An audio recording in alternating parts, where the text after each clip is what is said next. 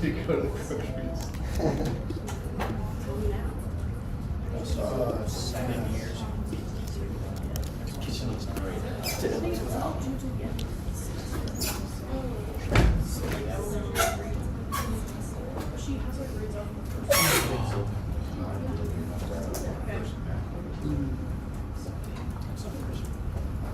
gotta wait for his kid and then we gotta wait for what the baby does.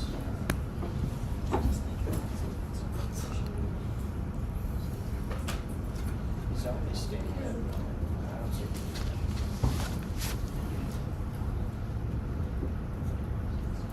I think you're really good doing that.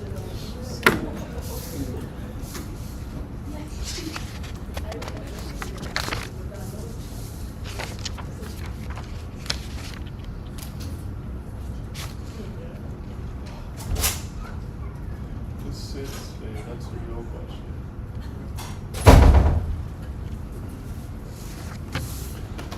All right, happy Tuesday. How's everyone doing? Did you have as nice a weekend as I did? Pretty hard to beat. We have this big friend group. We go camping from time to time together, and there are lots of children in the friend group. And Maxine was the newest one to join the camping trip. So, yeah, pretty good time. Y'all want to do some economic data analysis today? Okay, mediocre head nods. I think I put you to sleep last week with data cleaning. We are back in the swing of more interesting kinds of questions.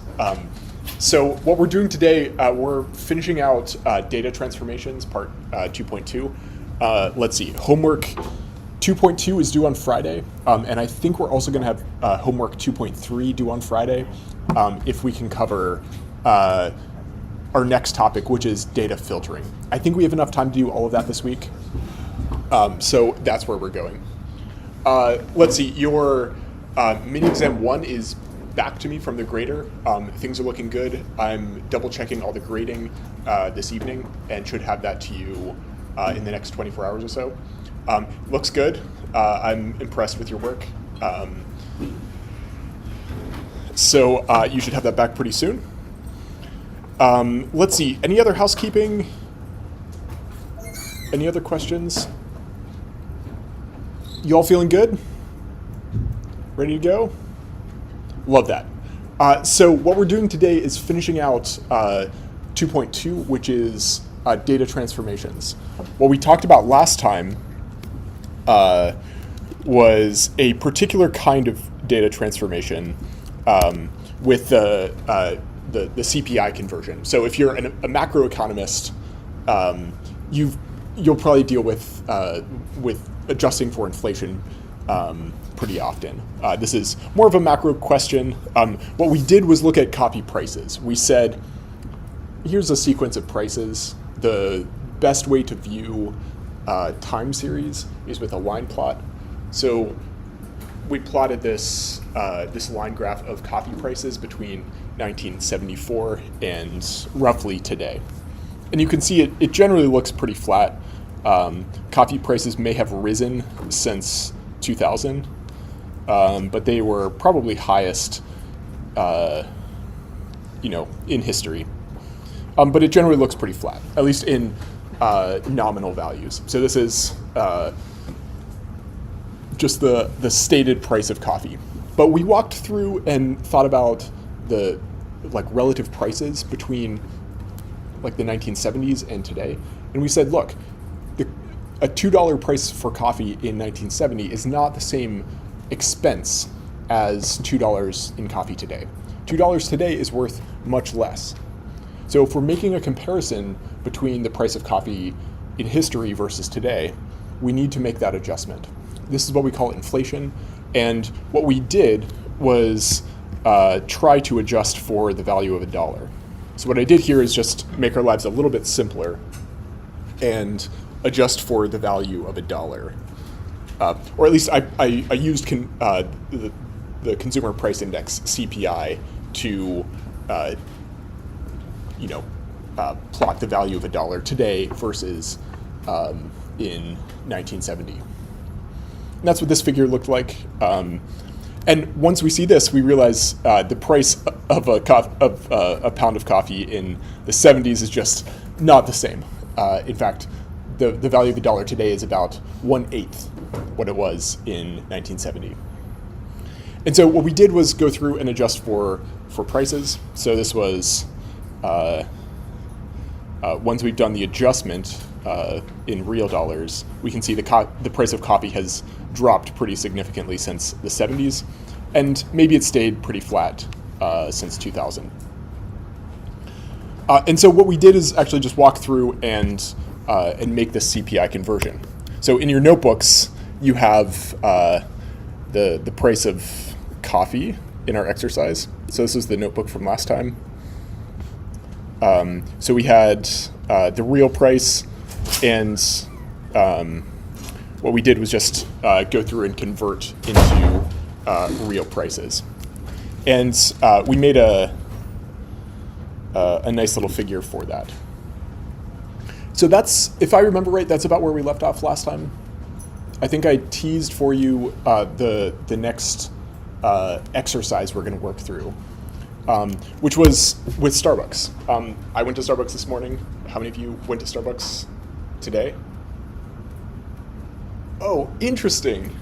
Wow. Okay. Did you hear there are like 2 or 3 Starbucks in Pittsburgh that are closing, which is interesting.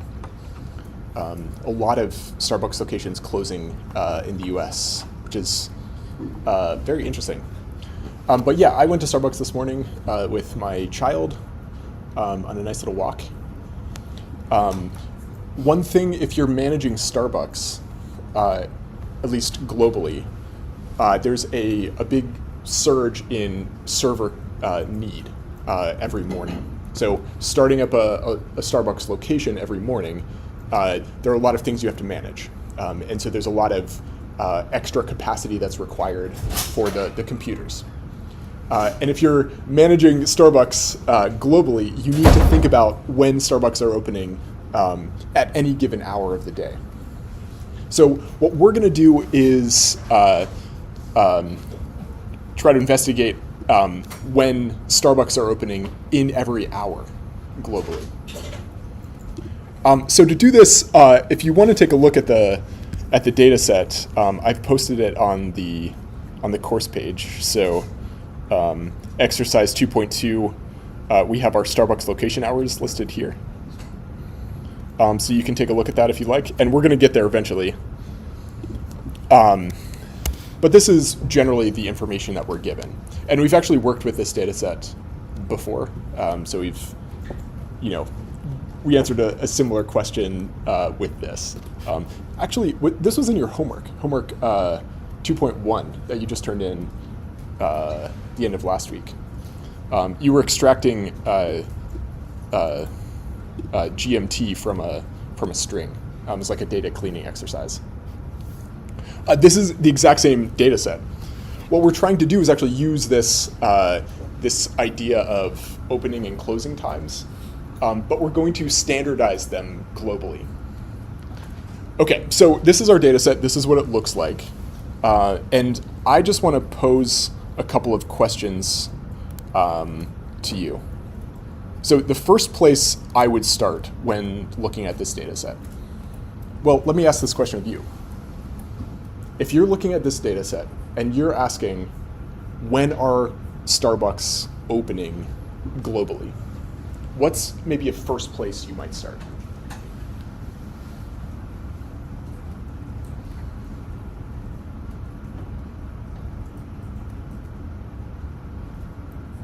Yeah. So we have a column that represents opening times. And I would say maybe let's just start and maybe plot a histogram of opening times. I'm sorry, you're going to remind me of your name. James. It's embarrassing to me to ask you your name. What are we, 6 weeks into the semester? But I'm just going to live in my embarrassment for a second. So James is recognizing that opening times are probably the place to start.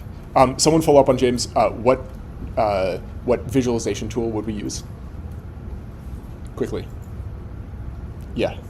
histogram. So I would say, let's plot a histogram of opening times. And so it looks like this. So this answers the question, what times do shops open in their local time? Right, this tells us, okay, so this is, the first row is Hong Kong. In Hong Kong, the Starbucks is opening at 8 a.m. So this is telling us the distribution of when Starbucks are opening in their local times. So if you're thinking about like when you would open a coffee shop in your local time, this gives us a pretty good indication of that. But our main question is, how many coffee shops are opening this hour in the world? If you're looking at this figure, what else might you need? Or can you answer that question from this figure? And what else might you need?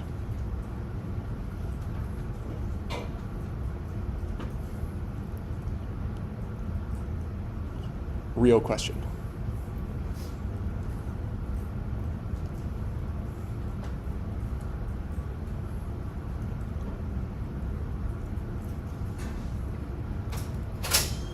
So I'm thinking about the Starbucks opening in Pittsburgh. Let's say it's opening at, I think my local one opens at 6 a.m.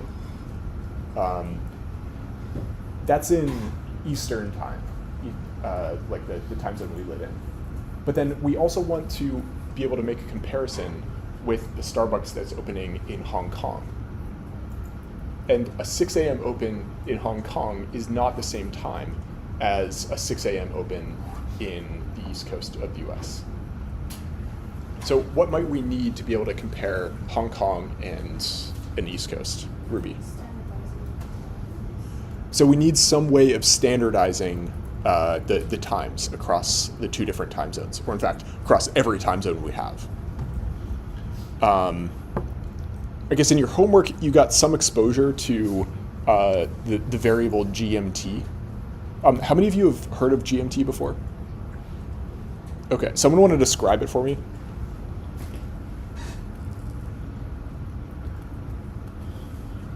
Yeah, Darren? I think GMT is like the time that's in the middle of the row, and then there's like a plus side of the GMT, which is like to the left.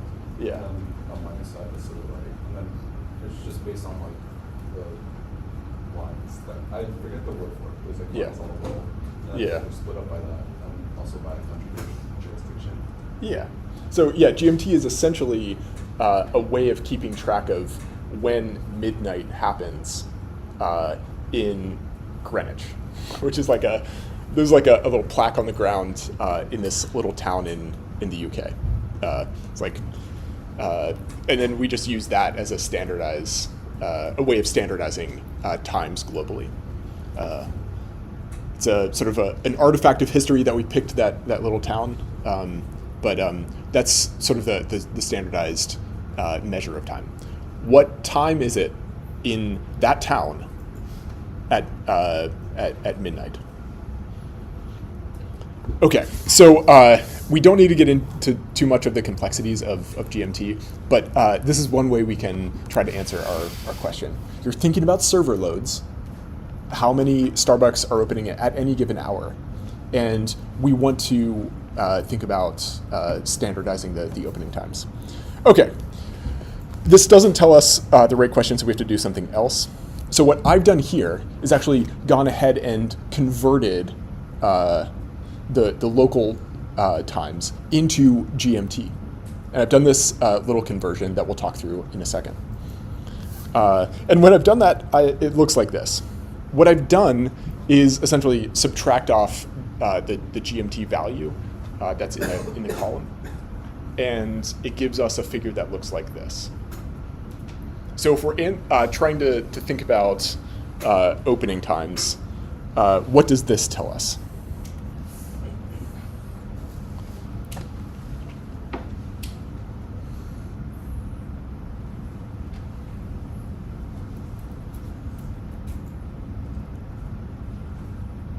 Yeah. It looks like there's like 4 main opening times. Okay. So you're seeing these little spikes Yeah, maybe even 3. So this one, and this one. Is that what you're looking at? I guess there's 2 then. Yeah. I'm looking at the one far left and like the big chunk in the middle. Yeah, so this one and then this one. Okay. So what this is telling us is generally we have 2 big spikes. We have one here, which happens right around 0 GMT. And then we have another one that happens just after 10 GMT. So if we're thinking about where these might be happening, what this is telling us is we have these 2 global spikes in opening times, which roughly may correspond, in my mind when I'm looking at this, I'm thinking, what part of the world is morning happening according to midnight in the UK?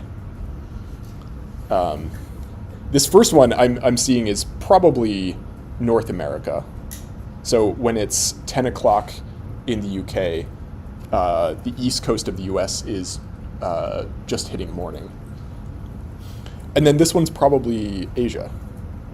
So it's midnight in the UK is roughly morning in Asia.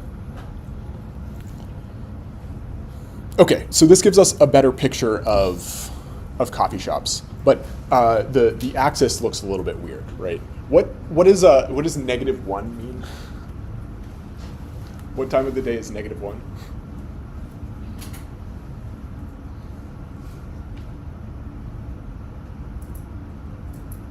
Anyone want to take a guess? Yeah.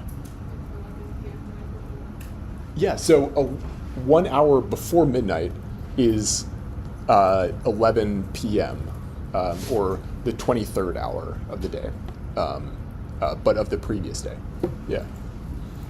So if we're looking at this, we're seeing 1 hour before midnight in the previous day. This is actually just the 23rd hour. So when we're looking at this figure, one thing we might want to do is make this much more informative for us. So we want to compare -1 to a 23. So we'd actually want to put this on the 23rd hour. Okay, so the negative values just mean that the Starbucks is opening in the previous day according to the UK. Okay, so all we're going to do is just convert the -1 into a 23, which is 11 p.m. the previous day, and then we'll go from there. So all I'm doing here is just applying another transformation. So we adjusted for GMT, and then we're going to standardize to the 24-hour cycle. So we're going to turn all the negative values into 24-hour hours, which looks like this. Okay. Any questions here?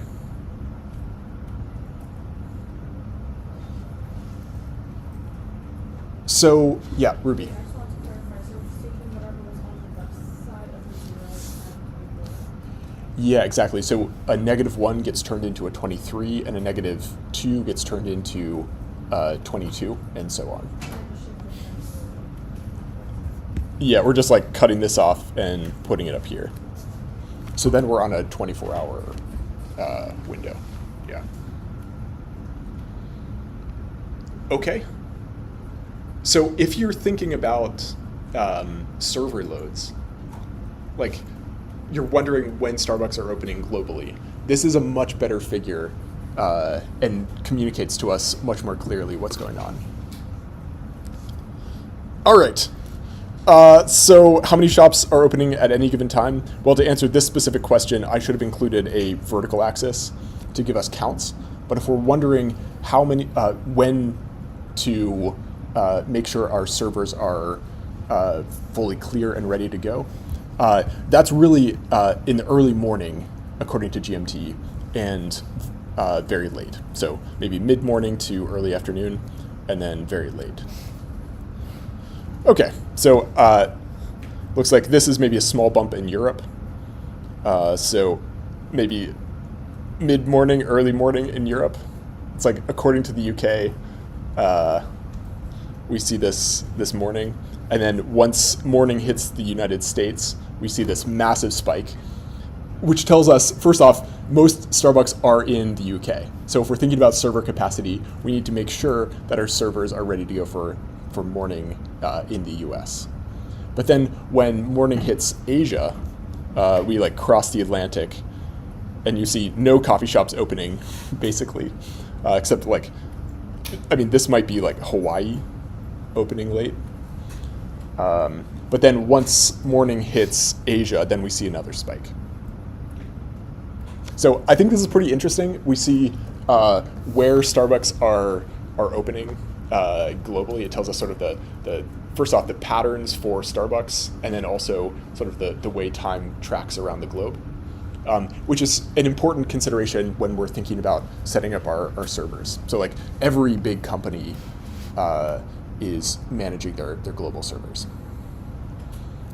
Okay, any questions here? Y'all want to do a second data transformation?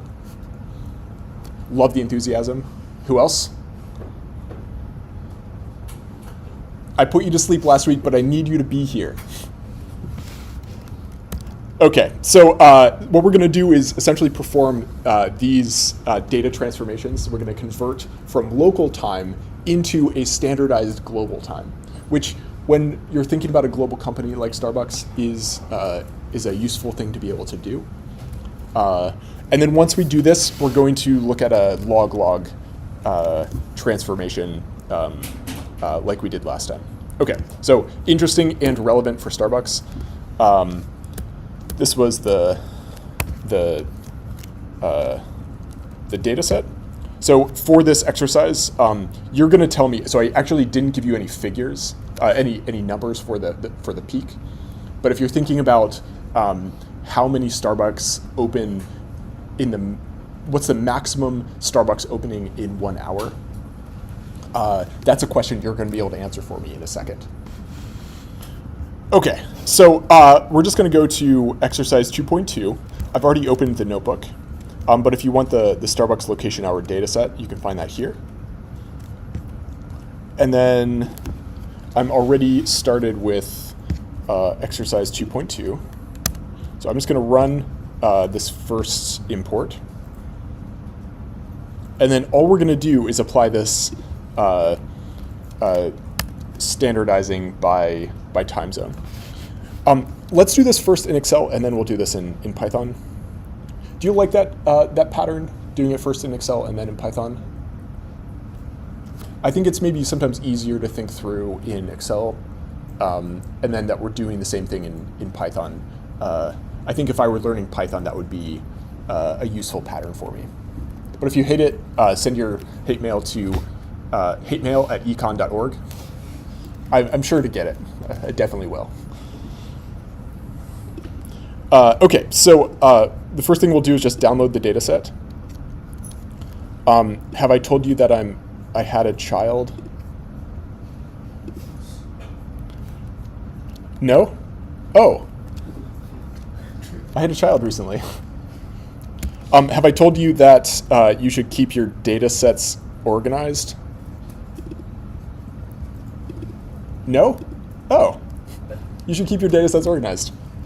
So we actually already have part 2.2 in here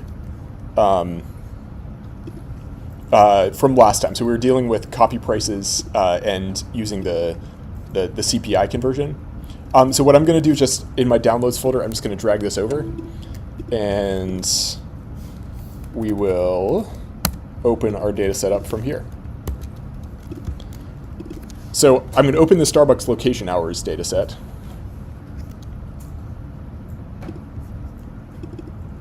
And it will open it in Excel. And then I'm just going to save this as a Excel workbook because we're going to make some figures. And then let's just zoom in on our variables for a second. Okay, so I've done a couple of nice things for you. The first one is I've turned opening times into an open hour. So our question is, how many Starbucks are opening globally in any given hour? So all I've done is strip away the I've already like done the cleaning for you. So we take off the half an hour and just give us the open hour in the local times. Okay, so then to make the CPI the GMT conversion, you don't need to like know how to do this. This is one of those things where I have to look it up every time I do it. In fact, in preparation, I've done this wrong a couple of times. All you need to know is GMT is a way of keeping track of the difference in time between the local time and the time in UK, essentially. And all we're going to do is essentially convert from open time using GMT into some standardized time. So what we're going to do, we'll call this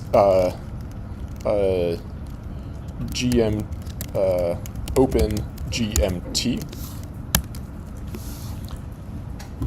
And then what we're going to do is subtract off GMT time from the open time. So the conversion goes that if you're opening at 8 a.m. at GMT of 8, we're going to subtract off the 8 from the GMT to give us 0. So just as a sanity check, it's roughly, anyone from Hong Kong? Midnight in Hong Kong is roughly, what, 8 hours ahead of UK? Is that about right? So it would be plus 8, yeah, maybe 7. Because Hong Kong is 13 hours, and then UK 6 hours Yeah, so from us. from here, yeah. Yep, so it would be roughly about 8. And it'd be like roughly midnight in the UK when it's morning in Hong Kong, right? So something along these lines. And it may depend on the time of year if there are there's like daylight savings time. So sometimes these things will be off by 1.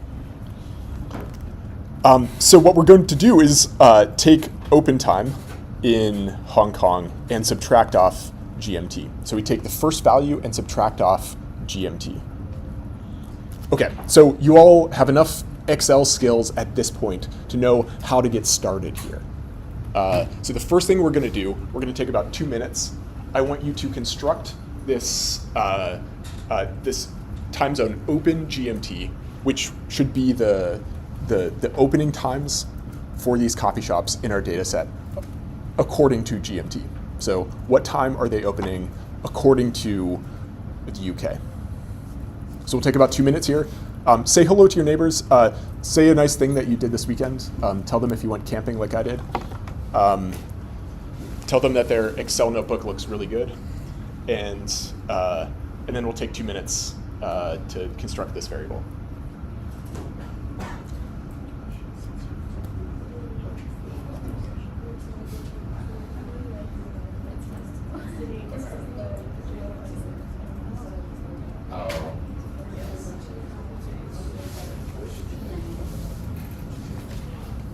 You're not the one who's. Yeah, 12.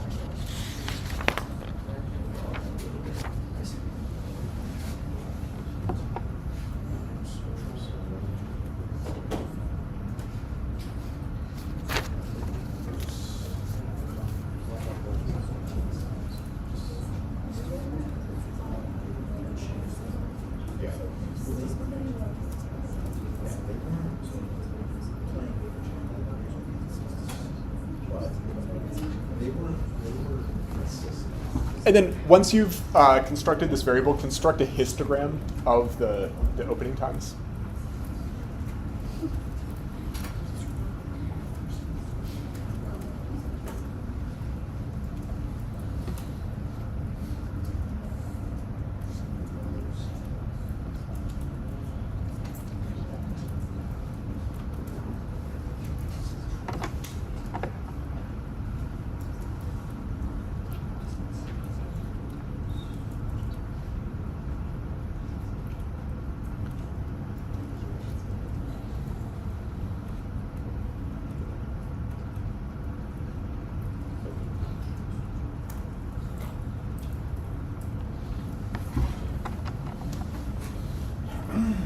Okay, if you're still working, that's great. Looks like most people have finished. How many of you got this? Oh, 1. How many of you did not get this? Okay, so let's walk through this together then. If you're still working, keep working. Keep chatting with the people around you. Just turn it down to a whisper, but feel free to keep talking. If you did get this, what did you do? What's the place to start?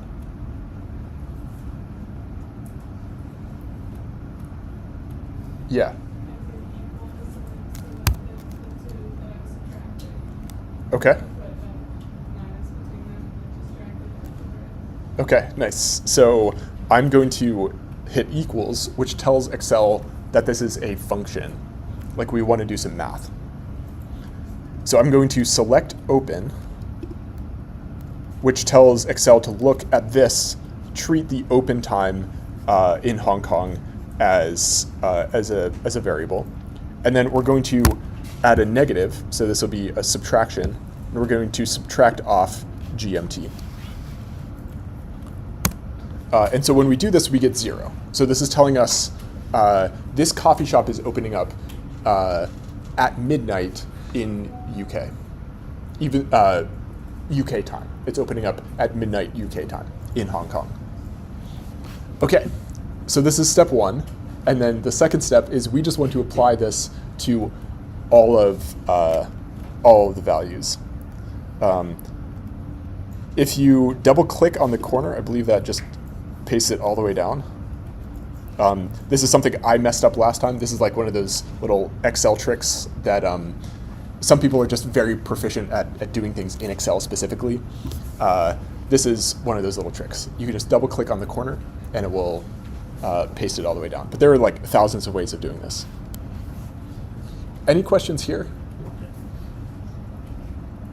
All right. How many of you got this? Yeah. Yeah, so what I did is I hovered over this, so I selected that cell. There's a little button in the lower corner, and if you double click that, it will apply the function all the way down. So you can double click this, and it goes down. All right. How many of you are still struggling? Can I get your questions? Let's make sure that that everyone gets this. Hands up if you did not get this. All right. So this is GMT. The second step is to try to create a histogram. Someone remind me how we create histograms in Excel? Quickly. Yeah, Sabi. You just select the data that you want the histogram from, then you go to insert, and then you click the histogram. Okay. And once we're here, do you all love this histogram? Yeah, me neither. So one thing we could do is go over here.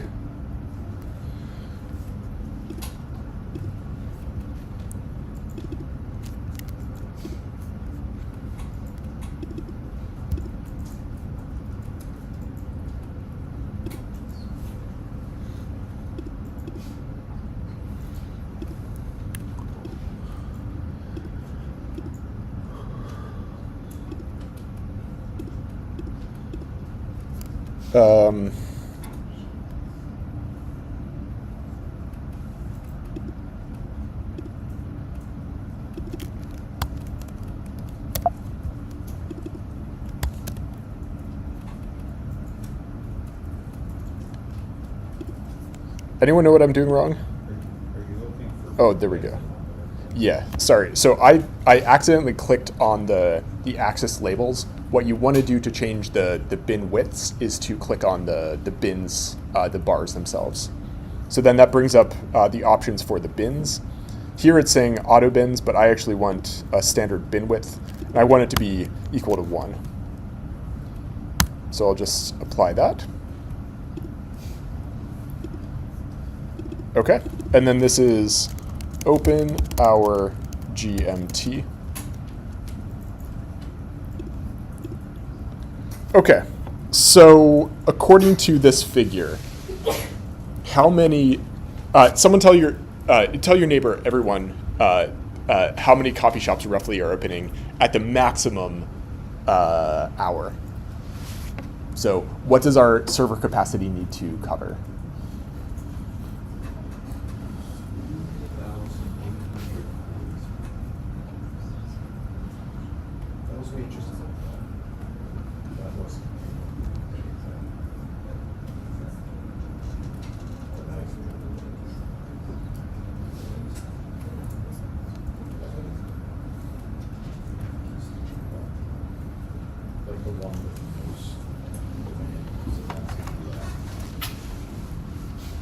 All right, someone quickly, how many, what's the maximum opening hour? Yeah. So we can hover over this, 3,843, and that roughly happens in the 10 to 11 hour GMT. Okay, any questions here? So we've done a couple of things. The first is to transform local time into a standardized global time using GMT. And then we've plotted a histogram to make some sense of what we're looking at. So this is nice, but I would say we can take this one step further, which is what we're going to do in the next row, or the next column. What we want to do is apply a conditional transformation.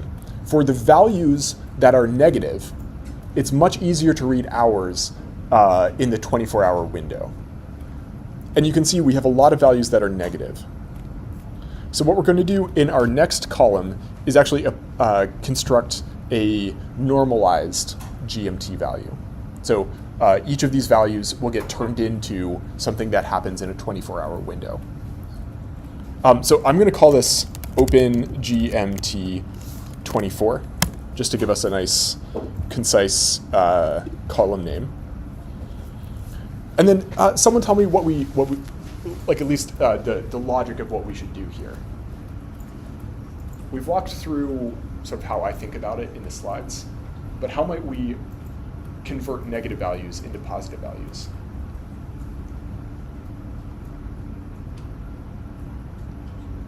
Yeah. You just add the 24. Okay. So remind me of your name. Kurt. So what Kurt is saying is we're going to apply 24. We're going to add 24 to the values in this column, which is going to be partly correct. So we're going to do this for some values. But let's see what happens if we add 24 to all of our values. So these are all kind of negative or 0. But if we jump down, if we were to add 24 to 3, that would give us a 27, which is also not on the 24-hour window, right? So like interpreting a 27 is no better than interpreting a -1. So someone update Kurt's logic. What's a small amendment we would make to adding 24?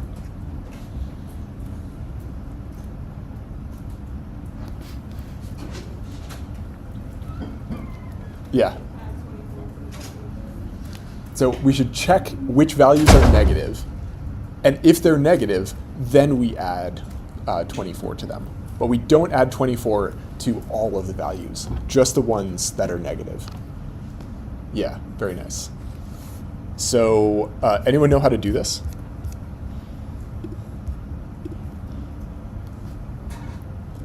So let's do this together. This is a new function. I had to look this up when I wrote this exercise years ago. The way to do this is to use what we call an if function. So I'm going to use an equal sign, and then I'm going to write out if. And when you open the bracket, Excel will give you some extra information here. So the first thing is we have a logical test. So what we want to do is check for true and false. So I'm going to check whether OpenGMT is negative. So I'm going to say, I'm going to select this value and then check if it's less than 0. This is my logical test. So what do we do if the condition is negative? What do we do in that case? Yeah. Add 24 to it. So I just want to take this value. So now if we're checking that this is that it's negative, if this logical test is true, what value do we want? Well, we want to add 24. So I'm going to click on this. We're going to say we're going to add 24 to the I2. So we add 24.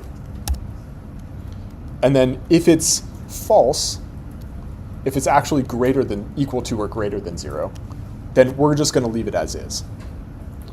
So what do we return if this logical test is false? We're just going to return I2.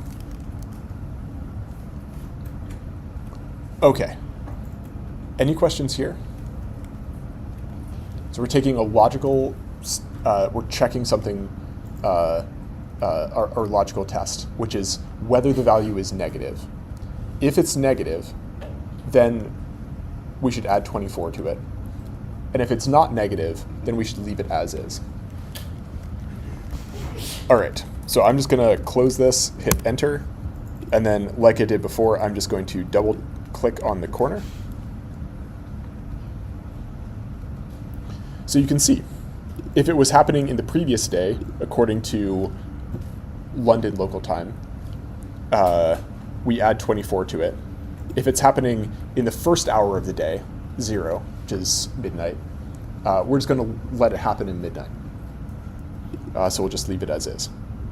So we're only adding 24 to the hours that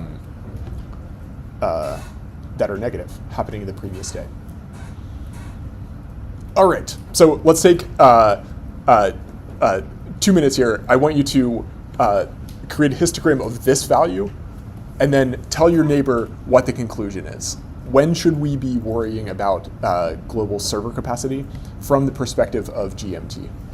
And has the maximum value changed?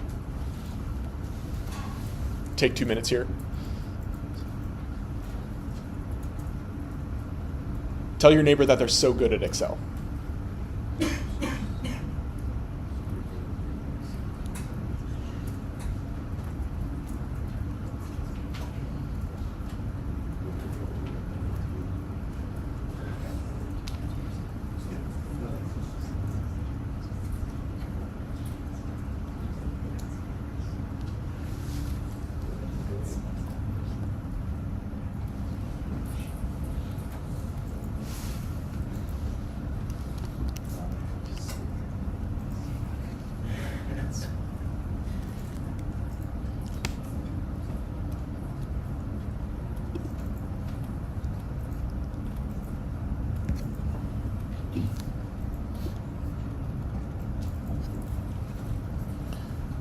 All right, so did the values change? The maximum values? Someone tell me. I see some no's. Why did the maximum value not change?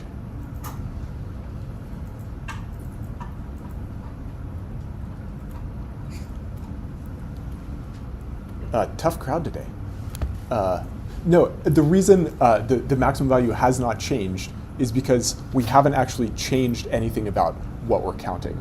Each entry is on the horizontal axis is distinct, even when we apply a transformation. We're taking the negative values, we're making them positive, but the values that we're counting in that category, they're all the same. So the heights are going to be the same. Okay, so I can just create a new histogram here. Looks like this. Double click on the bins, set the bin width to 1, and it looks like this. I think this one looks a lot better for some reason. Okay, and then this is the open hour GMT normalized. Okay. All right, good work. I think. I can't see your computers, but I think it is. So we're going to do exactly the same thing in Python, and I'm going to show you a simpler trick. Okay, so we'll close this out. We'll hop over to our notebook. And what I've done here is just opened the hours data set. We have the country, we have the opening times, open and close, and then we have GMT. So the first thing we could do is just construct a new variable. So hours, and just like we did in Excel, we can just construct a open GMT variable. And anyone know what we would do here? Gemini is not doing this correctly, but you can. We'll take 1 minute. I want you to write down some code to construct this normalized, this GMT normalized opening time. It'll take about a minute.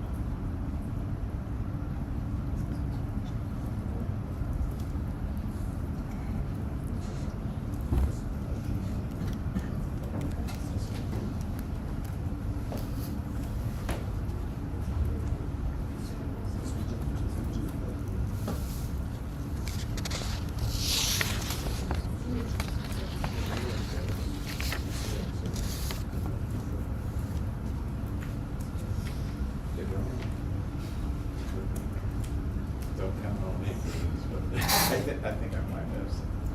Because we're trying to replicate what we did in Excel. Yeah. Okay, some of you are still working. Keep working. Someone wanted, if you got it to work, what did you write out? Yeah, Luke. I'm taking a shot. Yes, love that. This OpenGMT, we're trying to calculate the open minus the GMT, correct? Correct. So I did hours in the brackets, open, and then I did minus. Okay. I did hours, GMT. That's all I have so far. Okay. So Luke is taking the variable open hour and then subtracting off the variable GMT. If we go back to our Excel, which I closed, we did the exact same thing. We took the value in the open column and we subtracted off the value in the GMT column. What we're doing here with transformations in Python, we're applying this mathematical operation to every row in the data set. We're looking at the value in each row in open, and then we're subtracting off the value in GMT for each row. So writing it out like this, where we're selecting each row, each column and constructing a new one based on the difference between two old ones, applies that subtraction to every row. When we run this, we get our open GMT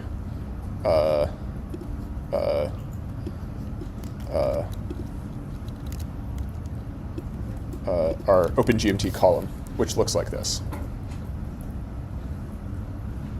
Okay.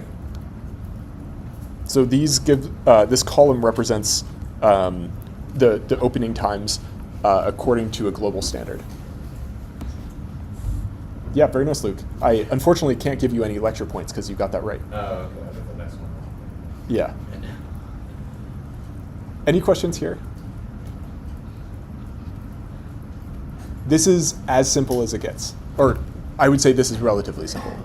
It can get more complicated, but when we're doing operations with entire columns, we can do them very simply. We don't have to do a lot of complicated things to get something very nice. You're going to do some work with these kinds of transformations in your homework. Okay, in fact, I'm gonna have you calculate a growth rate. All right, so this is for OpenGMT, and if we wanted to, we could construct a histogram. So sns.histplot hours, and then x is equal to OpenGMT, and get a nice little histogram. If we wanted bins, we could run them from maybe -10 to +30. I think this is a pretty nice figure. How many of you still prefer figures in Python over Excel? And how many of you have switched back to Excel?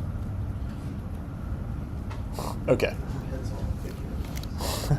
Depends on the figure. Because I hate the bins For Excel. Excel. Yeah. Okay, so then the next thing we want to do is turn all of the negative values into positive values. And the way we did this in Excel was to apply an if statement. And we can do that kind of thing in Python. It's pretty straightforward. But there's actually a much simpler approach here. Are you all familiar with modulus operations? So, like, if we're counting to 10, modulus 5, we would count 1, 2, 3, 4, 5, but then we run out of fingers, so then we just start over again. So 5, we go back to 1, 2, 3, 4, 5. We want to do the same thing with this, just modulus 23. So the transformation here, and you can see this in the slides, all we're going to do is apply a modulus 24 to get us into the 24-hour window. So everything becomes a number on the 24 from 0 to 23. Okay, so I'm just going to copy this over. It's a little trick that we can use. This first line is just applying a modulus transformation to OpenGMT to get the new value, bless you, OpenGMT 24. And then we're going to create a histogram of that new value, which turns everything into something on the 24-hour interval. And it looks like this. I'm just going to add bins, run them from 0 to 23. Okay. Any questions here?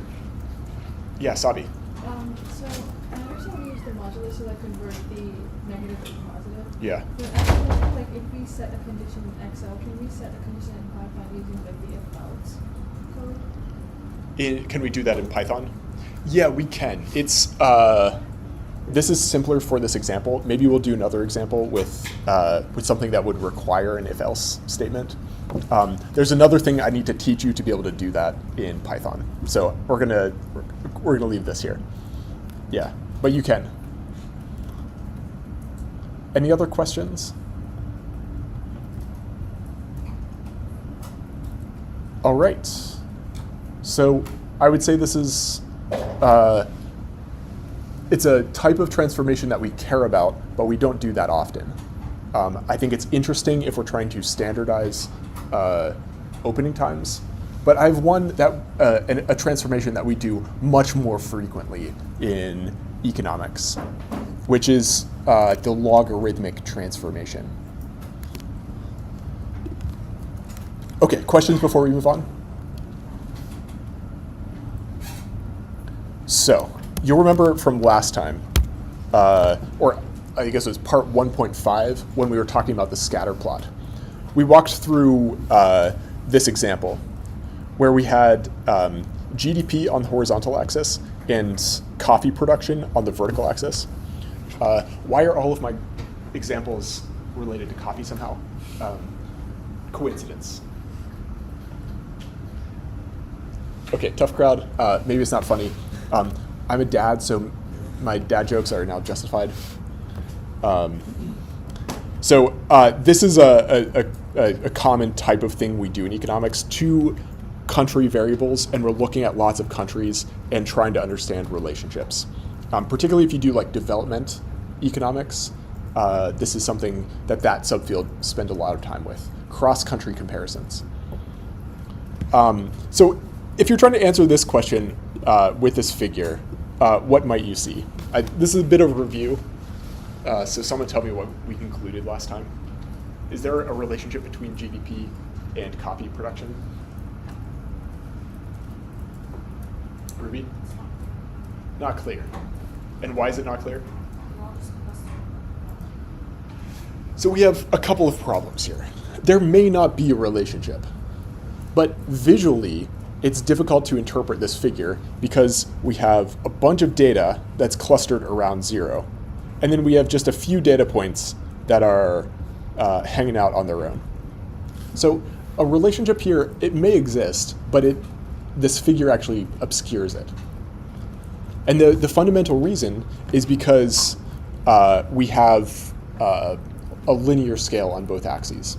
So you'll remember last time we walked through this kind of exercise where I highlighted Brazil, and then we tried to figure out which data points, which countries had a higher and lower coffee production per GDP than Brazil. And for those that are producing less coffee per dollar than Brazil, we found that they were below, and then the opposite was true for more coffee per dollar. So you'll remember scatter plots were nice because we could make these ratio comparisons. But this is all on a linear scale. When you see a data set that looks like this, a scatter plot that looks like this, I would always recommend that you do a log conversion.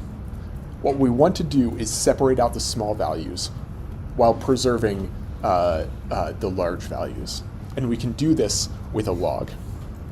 What I've done is apply a log here. You've seen this figure already when we talked about scatter plots. And that's exactly what we're going to do in our next exercise, is apply a logarithmic transformation to this data. Okay, and when you're looking at this, is there a relationship here?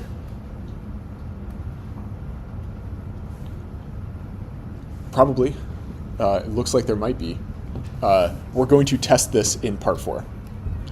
This is a big part of what we're going to spend time doing, is separating fundamental relationships, underlying relationships, from just random variation. All right, so we're going to turn to this logarithmic transformation exercise. So what you can do is hop on over. I've posted coffee production and GDP. So you can download that. I think we're going to skip the Excel version of this, if you don't mind. Is that all right? And we're just going to do this in Python. So you can download the dataset and play around with that if you like, but it's also, I've included it in the notebook. If you're working in a notebook from like yesterday or earlier, it may not be included. So all you have to do is write in file path plus beans GDP 2009, and that should be available to you. We'll take a second just to get that set up.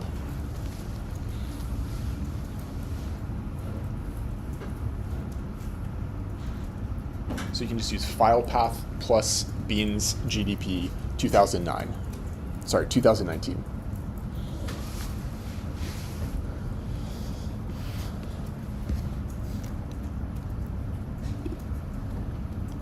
Okay. How many of you are not able to load this? I think this should load pretty straightforwardly. Okay. I'll take that as everyone has loaded this.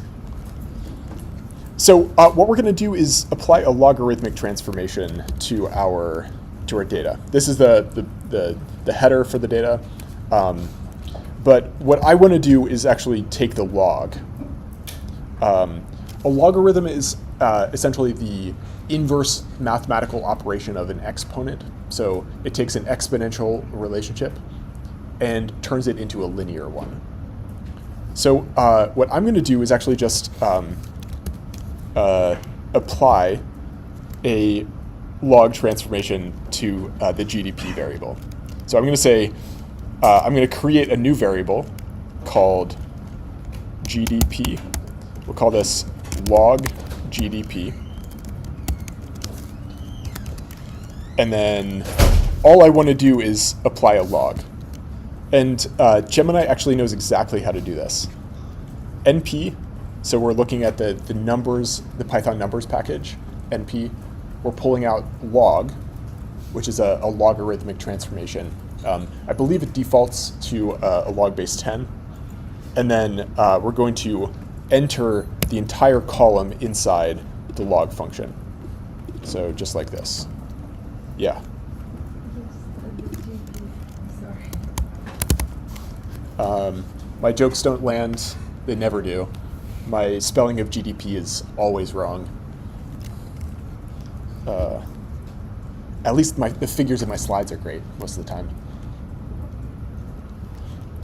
Okay, so self-deprecating humor works apparently.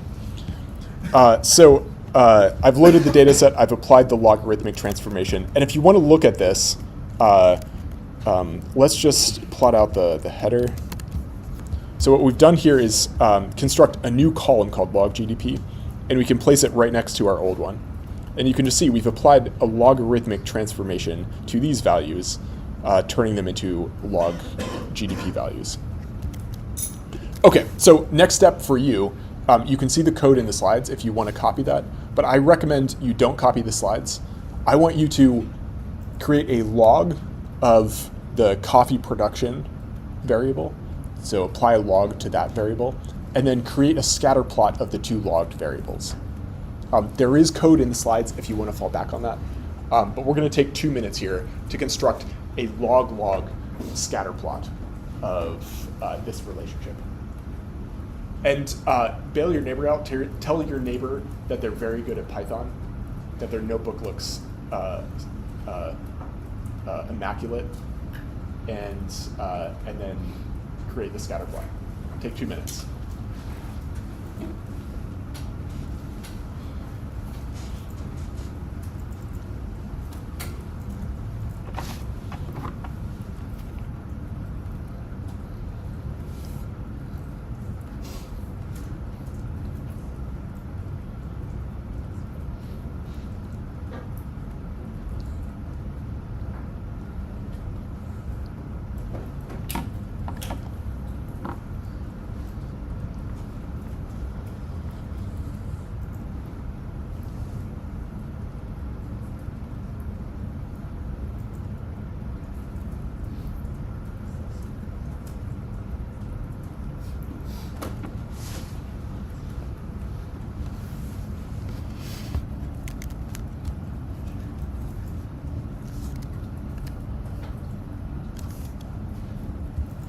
Okay, you can talk to each other. It is okay.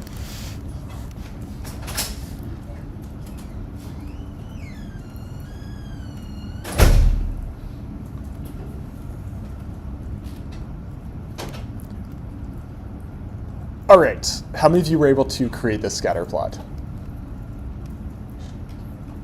Okay, nice. Someone want to walk me through what you did? It's in the slides, but I'd love to hear it from you.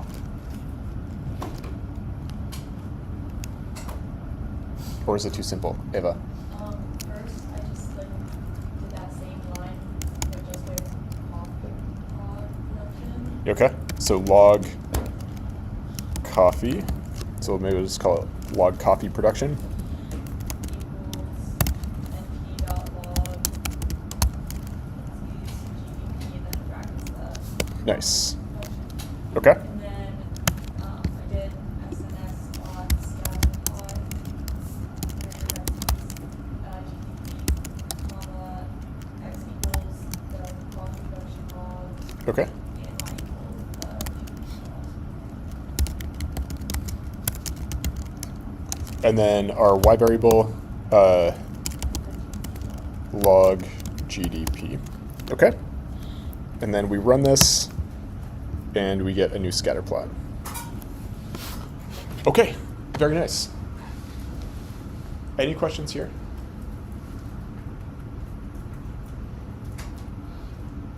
So when I look at this, I think there might be a weak relationship. It's probably simply due to larger sized countries produce more coffee and have higher GDPs, simply because they're larger countries. But this looks like there could be a weak relationship here. So this is one way to go. I've also included in the slides a second approach. This approach, we actually just go through and construct the values explicitly. But what you can see, the x and y axes, like the tick marks themselves, aren't that informative. It's telling us that there's that we're in a log relationship. But if I asked you what 0 log coffee production looked like, or -2, that's very difficult to interpret. So instead, what we're going to do is actually add nice tick marks to the axes. Any questions? We doing good? All right, so to do that, I've actually provided some extra code in the slides.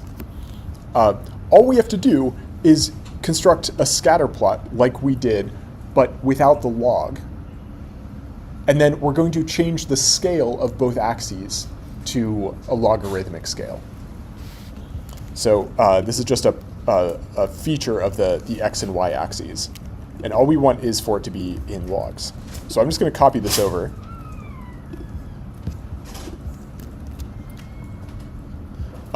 So this is applying, we're scattering the original data. So this is not the logged values. But then we're changing the scale of the axis. So we're not transforming the values themselves, we're transforming the figure. So when we apply this, it actually gives us nice tick marks on the horizontal and vertical axis. And this is actually flipped from what Ava gave us. So maybe we would flip these just to be consistent. But you can see that these are the same general patterns. The one with the scaled x and y axis is much easier to read. The axes tell us something informative about what the numbers represent. Where the first one gave us just logged values. Okay, and this is more similar to what I have in the slides, where I like to tell you what the actual tick values represent. Okay, how many of you got this? Nice, love that. If you ever have questions about any of the work we do in class, don't hesitate to come talk to me after class. These are important things to get sort of sorted out as we go. What we've covered so far in part 2. Part 1, we covered understanding and summarizing variables, data sets. So we characterized the structure of data, the variable types, and the dimension of the data. And then we talked about summarizing data sets. In part 2, what we're doing is actually taking the training wheels off and being able to work with the variables themselves. Not just summarizing them, but constructing them for ourselves in new and interesting ways. So we in part 2.1, we cleaned some data. In part 2.2, we are constructing variables in ways that are more informative to us. What we're doing in part 2.3 is something slightly different. It's a separate tool, a separate kind of tool that we use all the time. And you've actually seen me use it in the slides. So last time when we talked about coffee production, we had a scatter plot that looked like this, right? So we had the tick marks on the horizontal axis representing the values for GDP and coffee production. This is all of the countries we have in our data set. This is not just for the Americas. What we're about to do is think about how we look at subsets of our data. So this is all of the countries in the data set. But what if we're interested in just the relationship between coffee production and GDP for countries in the Americas, so North, Central, and South America? This figure doesn't answer that for us. Anyone remember what we did?